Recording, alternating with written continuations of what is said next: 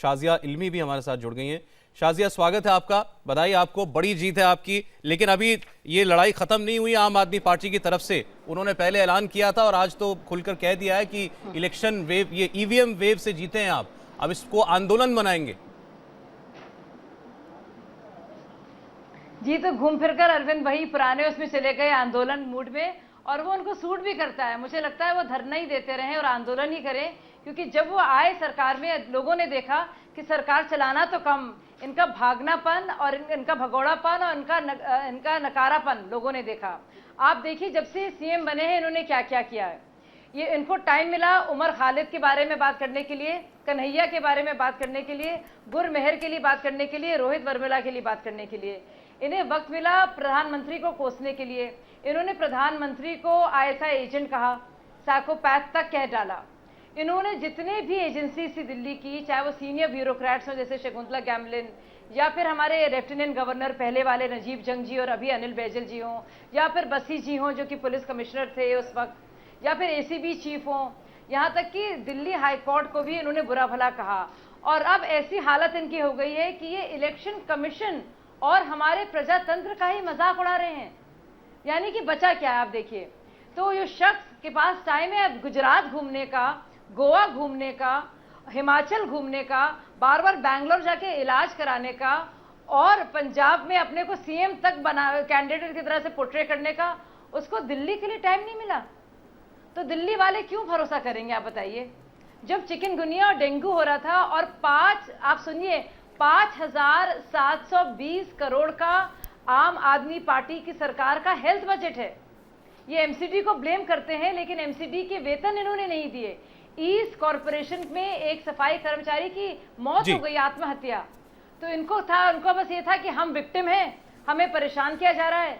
लेकिन इन्होंने इतनी बार उस राग को गाया है कि लोगों को इनसे यकीन जो है वाकई में खत्म लेकिन हो गया। उनकी भी जीत छोटी नहीं थी जब वो 2015 में जीत करके आए। 70 में से 67 सीटें, आपकी पार्टी हो दूसरी पार्टी हो, सब देखते हैं कि मैं एक बार चेक करना चाहता हूं क्या विवेक यादव हमारे साथ हैं आम आदमी पार्टी के। अच्छा, वो नहीं है हमारे साथ, नहीं तो आपकी बात का जवाब मैं उनसे जरूर लेता। स्टूडियो मेहमान हमारे, आप जब बीच में आना चाहें सर, चर्चा में आ सकते हैं। नहीं, मैं एक इंटरवेंशन करना चाहता हूँ। शाजिया जी उस पार्टी में भी रही हैं। एक चीज आप ध्यान दीजिए शाजिया जी, ठीक है आप जीती हैं, बहुत बटा है, लेकिन लॉजिकल फैलेसीज नहीं होनी चाहिए। आर्टिकल 139A सब क्लॉज 4 अगर आप देखें, उसमें से लेफ्टिनेंट गवर्नर भारत के इतिहास में एक पार्टी जो 54% वोट पाके 70 में 67 सीटें लाई हों, उसके फंक्शंस को, उसके डिसीजंस को इतना ज्यादा चैलेंज करना भारत के इतिहास में किसी लेफ्टिनेंट गवर्नर या गवर्नर ने नहीं किया है। तो ये कॉन्स्टिट्यूशनल प्रोविजन की प्रॉब्लम थी कि आप जब भी कुछ काम, मैं थोड़ा कंप्लीट कर लूं, जब भी आगे बढ़े एक डिसीजन लेके, तो लेफ्टिनेंट गवर्नर ने रोक दिया। और ये लेफ्टिनेंट गवर्नर कैसा था, जो कि तमाम कुछ ये माना जाता है कि केंद्र सरकार के कहने पे चल रहा था। तो एक फंक्शनल डिफिकल्टी आई, हम आपके उस पे नहीं जा रहे हैं, लेकिन आपको भी काम करने में जो दिक्कत आई, मशक्कत आई, ये अलग बात है कि उसी संविधान में 66 में से 63 काम ये कर सकते थे, सिर्फ 3 मना किए गए थे। आपके ऑब्जर्वेशन पर ही पूछ रहा हूं, आप उससे बड़ा सवाल। आप ये कहना चाह रहे हैं कि ये भी तथ्य है कि केंद्र सरकार ने या बीजेपी ने अरविंद केजरीवाल को काम रोड़े लगाए, बिल्कुल वो बेहतर कर सकते थे। जी बिल्कुल, इससे बेहतर कर सकते थे।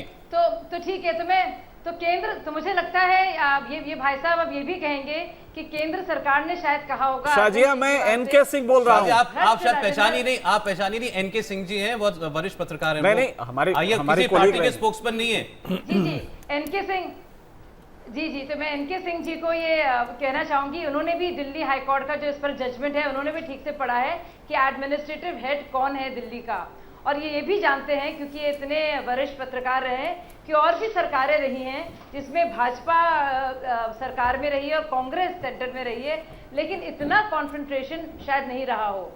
शायद ऐसा भी हो सकता है कि कांग्रेस नियुक्त करे हुए नजीब जंग या फिर इस सरकार के नियुक्त करे हुए अनिल बैजल की गलती इतनी ज्यादा ना हो बनिस्बत इसके कि अरविंद केजरीवाल को माहौल बनाना और अपने को विक्टिम बना के। अरे मुझे ब्रेक लेना होगा, शाजिया एक ब्रेक लेना होगा। मेरा सवाल जो इनसे है, इस ब्रेक के बाद कर लेते हैं बात पूरी। हरिशंकर गुप्ता जी कांग्रेस के नेता, वो भी हमारे साथ हैं। हमारे साथ कांग्रेस पार्टी के नेता हरिशंकर गुप्ता जी हैं। हरिशंकर जी, स्वागत है आपका। अब स्थिति काफी हद तक नतीजों में दिखाई दे रही है। आपकी पार्टी गुप्ता जी नंबर 3 पर पहुंची, 35 सीटें हो सकता है आप जीतें। आम आदमी पार्टी अभी आपसे काफी आगे, 46 पर। जी जी, ये सही है। हम लोग पहले नंबर पर तो नहीं आएंगे। नहीं, दूसरे की तो उम्मीद थी आपको। दूसरे नंबर की उम्मीद अभी भी बनी हुई है। दूसरे नंबर पे अभी भी हम लोग काफी समय से देख रहे हैं कि कभी दूसरे नंबर पे हम आ जाते हैं, कभी तीसरे नंबर पे आप पार्टी होती है, दूसरे नंबर पे आप पार्टी होती है। तो अभी स्पष्ट नहीं है, इसको स्पष्ट हो जाने दीजिए। मुझे पूरी उम्मीद है कि हम कम से कम नंबर 2 पे रहेंगे। चलिए ठीक है, लेकिन ये बात सही है कि आम आदमी, माफ कीजिएगा, कांग्रेस पार्टी ऐसी परिस्थिति में थी कि ये ऐसा प्रदर्शन भी पार्टी को अच्छा लगेगा और इसका श्रेय भी पार्टी की लीडरशिप को दिया जाएगा, जरूर दिया जाएगा। शाजिया भी हैं हमारे साथ, और शाजिया बात कर रही थी कि दिल्ली में कैसे उनकी पार्टी के बीच में और अरविंद केजरीवाल की पार्टी के बीच में जो टकराव रहा उसकी वजह उनकी पार्टी नहीं है। ये बातचीत जारी रखेंगे। तो दिल्ली एमसीडी चुनाव में बीजेपी को मिली है जबरदस्त जीत। 270 सीटों के जो अब तक रुझान और नतीजा आ चुके हैं उनमें 179 पर आगे है या जीत रही है बीजेपी। और पार्टी अध्यक्ष अमित शाह का इस बड़ी जीत पर एक पहला रिएक्शन आ रहा है। उन्होंने क्या कहा है आपको बताते हैं। उन्होंने कहा है कि मुझे विश्वास है कि ये नवनिर्वाचित सदस्य प्रधानमंत्री श्री नरेंद्र मोदी की जन कल्याणकारी नीतियों के अनुरूप दिल्ली का विकास करेंगे। तो ये उन्होंने कहा है। आगे वो कहते हैं कि दिल्ली की जनता ने बहानों एवं आरोपों की राजनीति को नकार कर प्रधानमंत्री मोदी के नेतृत्व वाली विकासशील राजनीति में विश्वास व्यक्त किया है। एक बार फिर आपको बता दें, ये बयान है अमित शाह का, पार्टी अध्यक्ष अमित शाह का, जो कि फिर झूठ की और बहानों की राजनीति के बहाने उन्होंने तंज किया है अरविंद केजरीवाल पर। वो अरविंद केजरीवाल जो कि मुंह की खाने के बाद इस चुनाव में गोवा, पंजाब और अब दिल्ली में फिर ये कह रहे हैं कि ये दरअसल ईवीएम की कारस्तानी है और ईवीएम में छेड़छाड़ की वजह से ही वो ये चुनाव हारे हैं और अब वो इस पर कोई आंदोलन शुरू करेंगे। हमारे साथ शाजिया इल्मी हैं, हमारे साथ हरिशंकर गुप्ता जी हैं कांग्रेस पार्टी के, और स्टूडियो में प्रदीप सिंह जी हैं और एनके सिंह जी। एक बार फिर सभी मेहमानों का बहुत बहुत धन्यवाद हमारे साथ जुड़े रहने के लिए। अब शाजिया के पास चलते हैं। शाजिया, अब ये हार न मानने की जो बीमारी अरविंद केजरीवाल जी पिछले कुछ वक्त से दिखा रहे हैं, बार बार गोवा में, पंजाब में, फिर दिल्ली में जब वो उपचुनाव हारे राजौरी गार्डन का, और अब ये एक भूल जाते हैं कि वो मुख्यमंत्री भी हैं। मुख्यमंत्री जब सीधे सीधे इलेक्शन कमीशन को चैलेंज करता है, बल्कि चैलेंज क्या करते हैं, वो तो उनको इस चोरी में संलिप्त बता रहे हैं। तो ये भारत की राजनीति को कहां ले जा रहे हैं? बिल्कुल, ये बहुत बड़ा एक मजाक बनाना हुआ और अपमान हुआ हमारे प्रजातंत्र का भी और प्रजातंत्र की सारी प्रक्रियाओं का भी।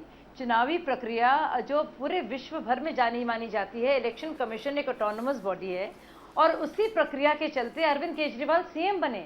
उसी के चलते उनके सारे एमएलए उनको मिले, 67 की एमएलए उनको मिले और उसी चुनावी प्रक्रिया का मजाक उड़ा रहे हैं। तो ये वही हुई काम न जाने ईवीएम टेढ़ा, साफ साफ। और आप ये भी देखिए आप कि जब आप जीत रहे हैं तो आपको कोई दिक्कत नहीं है, और आप अगर ईवीएम को ब्लेम करेंगे तो आप तो हर एक चीज को ब्लेम कर रहे हैं ना।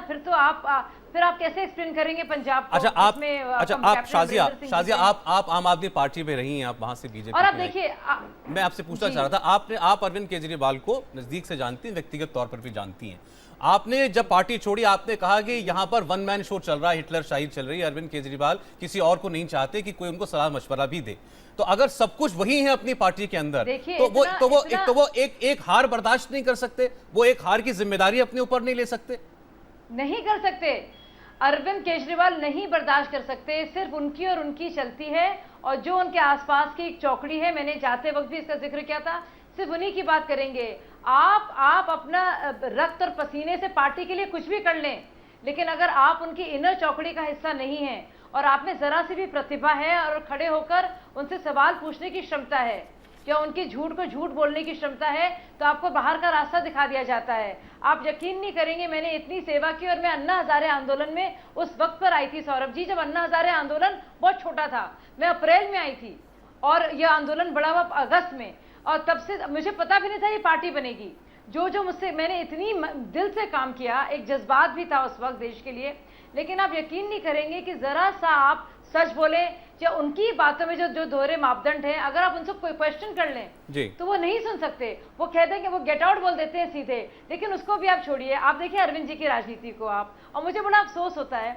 आप देखिए, जब से वो आए हैं तब से उन्होंने किसी ना किसी को ब्लेम किया है। अब हम लोग में से क्या प्रधानमंत्री मोदी जी ने उनसे कहा था कि आप राजेंद्र कुमार को अपना प्रमुख सचिव बनाइए, जिनके खिलाफ कॉमनवेल्थ गेम्स में मामला था, वो मामला हुआ, इन्होंने अरुण जेटली को ब्लेम किया। फिर राम जेठमलानी को जब इन्होंने हायर किया तो क्या प्रधानमंत्री ने उनसे कहा था कि आप जेठमलानी के जो करोड़ों रुपए हैं आप दिल्ली सर से दिलवाइए? फिर जो उन्होंने अपना गुणगान किया, पॉलिटिकल प्रोपेगेंडा किया, करोड़ों रुपए लगाए, 97 करोड़ दिल्ली की जनता के लगाए, तो क्या प्रधानमंत्री ने कहा था जब उन्होंने स्वाति मालीवाल और आशीष खेतान को बंगले दिए जो उनको मिलना भी नहीं चाहिए थे? ठीक है, वो सब बातें, उनकी जांच भी हुई, सब कुछ भी, लेकिन शाजिया मैं चाहता हूं इसको चर्चा को थोड़ा सा आगे बढ़ाएं। यहां से आगे आम आदमी पार्टी का क्या होगा? हमारे साथ एनके सिंह जी हैं, थोड़ी देर पहले बात हो रही थी, प्रदीप जी भी हैं, योगेंद्र यादव गए, प्रशांत भूषण गए, शाजिया इल्मी गई उनसे पहले, अभी पता नहीं है, लेकिन कुमार विश्वास जिस किस्म के ट्वीट करते हैं ऐसा लगता है कि उनकी भी कोई नाराजगी है पार्टी को लेकर के, बहुत सुखबुगाहट थी शायद एमसीडी इलेक्शन के बाद। कुमार विश्वास सिर्फ राज्यसभा चाहते हैं, कुमार विश्वास सिर्फ राज्यसभा चाहते हैं। अगर अरविंद केजरीवाल उनको दे देंगे राज्यसभा अगले साल तो वो ले लेंगे, और नहीं मिलेगी तो वो भी चले जाएंगे। ठीक, लेकिन क्या मैं आपको सारी बात यहाँ बता दूं, सिर्फ राज्यसभा का खेल है जिसके लिए 2-3 लोग जो हैं वो उसके दावेदार हैं, और कुछ नहीं है। ठीक, लेकिन उन्होंने जो है, कुमार विश्वास ने इतनी ईमानदारी दिखाई कि वो सार्वजनिक रूप से स्वीकार कर चुके हैं कि हाँ मैं राज्यसभा में जाना चाहता हूँ। ठीक, देखिए सौरभ जी, असली समस्या जो है वो अरविंद केजरीवाल की ये है कि वो आत्ममुग्ध हैं। उनको लगता है कि जहां हम चुनाव लड़ेंगे वहां हमारी जीत ही होगी या होनी चाहिए। नहीं, लेकिन क्या अब इस हार के बाद, गोवा के बाद, पंजाब के बाद, उप चुनाव के बाद और एमसीडी के बाद, क्या अब कोई ऐसा और लोग खड़े होंगे पार्टी के अंदर जो सवाल पूछे अरविंद केजरीवाल से? निश्चित रूप से पूछा जाएगा। अभी देखिए, आप इंतजार कीजिए, आज शाम कल तक जो है आपको ऐसी आवाजें सुनने को मिलेंगी। गुरदास मान की आपने का बयान सुन लिया, उन्होंने भगवंत मान का उन्होंने कह दिया कि ईवीएम को दोष देना बंद कीजिए। इस तरह की आवाजें अरविंद केजरीवाल की लीडरशिप को क्वेश्चन करने वाले आगे अभी बहुत जल्दी आएंगे। क्योंकि देखिए, आप अगर सच्चाई को देखने से इनकार, सच को स्वीकार, बाहर आप कुछ भी कह रहे हो, अंदर तो कम से कम मानिए। अभी 2 दिन पहले जो उनकी नेशनल एग्जीक्यूटिव की बैठक हुई, उसका एक क्लिप बाहर आया, वीडियो क्लिप, उसमें उनकी बात सुनिए तो इससे लगता है कि वो सच को स्वीकार करने के लिए तैयार ही नहीं। मान लेता हूं आपकी सारी बातें, लेकिन क्या एनके सिंह साहब, ऐसा जो फिनोमिना खड़ा हुआ था, ऐसा भी नहीं है कि अरविंद केजरीवाल को लोगों ने पसंद नहीं किया? इतना प्रचंड बहुमत उनको दिल्ली ने दिया। आप चाहे दिल्ली को आप स्टेट कहिए, शहर कहिए, म्यूनिसिपैलिटी कहिए, कुछ भी कह लीजिए, लेकिन वो एक फिनोमिना था। क्या वो फिनोमिना अब अपने खात्मे की तरफ बढ़ रहा है, या क्या उनको राइट ऑफ करना इतना आसान होगा इस वक्त? हाँ, ये पूरी तरह से रिसीड कर रहा है, और रिसीड ही नहीं कर रहा है, मुझे साफ दिखाई दे रहा है कि पार्टी के अंदर इस तरह की टेंडेंसीज डेवलप होंगी जो अरविंद को क्वेश्चन करना शुरू करें, और क्वेश्चन ही नहीं करेंगे। आर्टिकल 91 अमेंडमेंट के बाद कंडीशन थोड़ा बदली है, इसलिए 2/3 चाहिए, वरना ये पार्टी काफ़ी पहले टूट चुकी होती, पंजाब हार के बाद टूट जाती। अब चूंकि 2/3 चाहिए, और उसके लिए करीब जो टोटल मेंबरशिप है मेरे ख्याल से 38 चाहिए, क्योंकि बाकी बीजेपी के भी लोग आ गए हैं इसमें, और तो ऐसे में 38 मेंबर, मुझे लगता है कि आने वाले दिनों में एक बड़ी टूट इस पार्टी में हो सकती है, और वो बीजेपी तैयार है उसके लिए। यानी खुली बगावत अरविंद केजरीवाल। जी हाँ, मुझे लगता है कि अब ये बगावत के मकाम पे जा रहा है, आप ये और मान के चलिए होगा तो पार्टी के लिए भविष्य बहुत नीचे आ गया। मैं ऑबिचुअरी इस पार्टी की साफ लिखी हुई देख रहा हूँ। ये बड़ी बात आप कह रहे हैं जी, ऑबिचुअरी आप कह रहे हैं कि इस पार्टी की लिखी जाएगी। मैं सवेरे से ये देख के बाद मैंने एनालाइज किया तो पाया कि नहीं, अब ये ऑबिचुअरी की। चलिए मनीष